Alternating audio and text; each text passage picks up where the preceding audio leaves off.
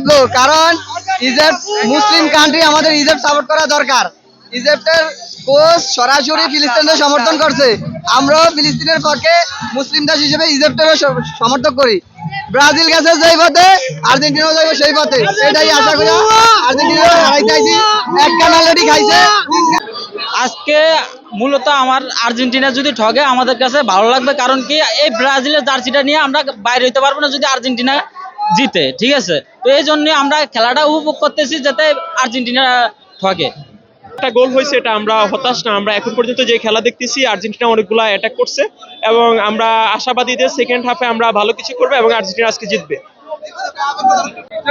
যে আমি আগে আর্জেন্টিনা করতাম, আমি মুসলমান হয়ে বাতিলের বিরুদ্ধে ইহুদিকে পক্ষে থাকতে পারি না। আমি একজন মুসলমান, খাঁটি মুসলমান হিসেবে আমি মিশর করি। ইনশাল্লাহ কাপ নিবে।